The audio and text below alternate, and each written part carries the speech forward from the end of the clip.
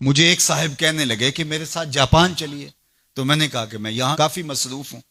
तो उन्होंने मुझे कहा कि आप ज़रा चल के देखिए तो सही, आपको 29 साल हो गए हैं तबलीग करते हुए, समझाते हुए, और 40 बरस आपके वालिद गिरामी को भी हो गए, और फिर उसके बाद आगे भी आपके मशाइख, और इसी तरह आप अब मुबल्लिगीन तैयार कर रहे हैं। जुम्मा में भी यही खुतबा होता है, इज्तिमाआत में भी यही गुफ्तगू करते हैं।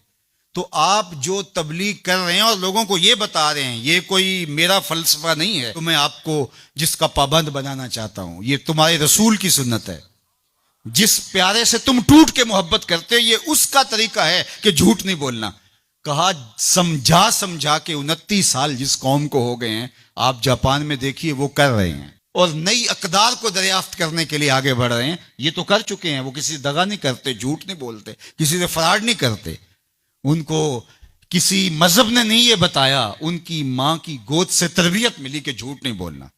उसकी मां की गोद से तरबियत मिली किसी से धोखा नहीं करना, किसी से फराड नहीं करना। क्या हमारी माएं जो हुजूर पर दरूद पढ़ना सिखाती हैं, ये क्यों नहीं सिखाती हैं कि किसी से फराड नहीं करना है, किसी से धोखा नहीं करना है? हम क्या मिंबरो मेहराब से सारी जिंदगी अब इसी मिशन पे लगे रहेंगे कि ये नहीं करना, और दुनिया को तस्खीर करने का ख्वाब शर्मिंदा ताबीर रह जाएगा? यार, जब बच्चा होता है कच्ची क्लास के अंदर तो उसको पूरने डाल के दिए जाते हैं, आपको अगर याद हो तो, और उसके ऊपर वो लफ्ज लिखता है, और वो मैट्रिक तक चला जाए, अभी तक पूरने ही जो है उसको डाल के देने पड़े, तो फिर वो किस तरह मास्टर करेगा? यार, अभी तक हम सच बोलने के आदी नहीं हुए। पूरी कायनात के अंदर मोहम्मद अरबी का दीन कैसे पहुंचाएंगे हम कैसे पहुंचाएंगे? दुनिया कहां से कहां चली गई और हम कहां खड़े हैं?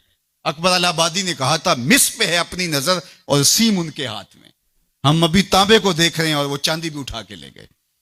अब वो कायनात को तस्सीर करने जा रहे हैं, और हमारा भी ये मरहला तय नहीं हुआ कि हम साए को तंग नहीं करना चाहिए, हमारा ये मरहला तय नहीं हुआ कि किसी को तकलीफ नहीं देनी चाहिए। इंसानी सोसाइटी, इंसानी मुआशरत के खदो खाल हैं वाजे, और इस्लाम ना भी हो तो कुफर के मुआशरों के अंदर भी ये पाया जा रहा है कि हम साए को तकलीफ नहीं देनी, किसी को दुख नहीं देना, फ्रॉड नहीं करना, झूठ नहीं बोलना, 2 नंबर चीज नहीं बेचनी। और हम क्या हैं? हम तो दवाइयों के अंदर भी मिलावट कर लेते हैं, और मुसलमान हम हैं, जैसे हम आशिक रसूल ऐसे जमाने में कोई नहीं। और जो जान बचाने वाली दवाइयां हैं उनके अंदर भी हम मिलावट करते हैं। हमें शर्म आनी चाहिए, हम खड़े कहां हैं? दिल मुसलमान है तेरा ना मेरा, तू भी नमाजी मैं भी नमाजी, पढ़े जाए नमाजें, ये टकरे हैं और कुछ नहीं है।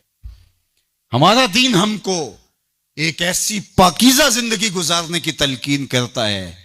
यार, हमारे सामने हुजूर का नक्शा हो, हमारे सामने हुजूर की तालीमात हो, इतना नूर बरस रहा हो उनकी सीरत के अनवार का, और फिर भी हम अपनी जिंदगी जो है वो दुरुस्ती ना कर पाए, तो फिर क्या सारी जिंदगी हम यही काम करते रहेंगे? सारी जिंदगी यही कहते रहेंगे कि झूठ नहीं बोलना, झूठ नहीं बोलना, कहते रहेंगे हम, इससे इनकार नहीं है। लेकिन कायनात को तस्खीर कैसे करेंगे जब इस मरहले से नहीं निकलेंगे? तो मेरी आरज़ू ये है कि देखो, मैंने अपनी कब्र में जाना है, आपने अपनी लहद में उतरना है।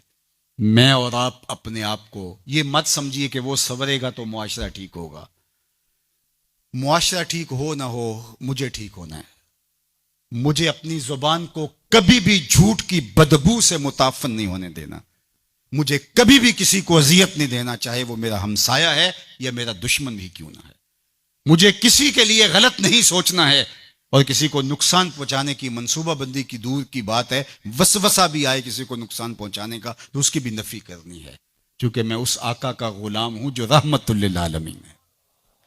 तो उस आका के लाए हुए निज़ाम शरीयत को नाफिज करने के लिए हमें अमली कदम उठाना पड़ेगा।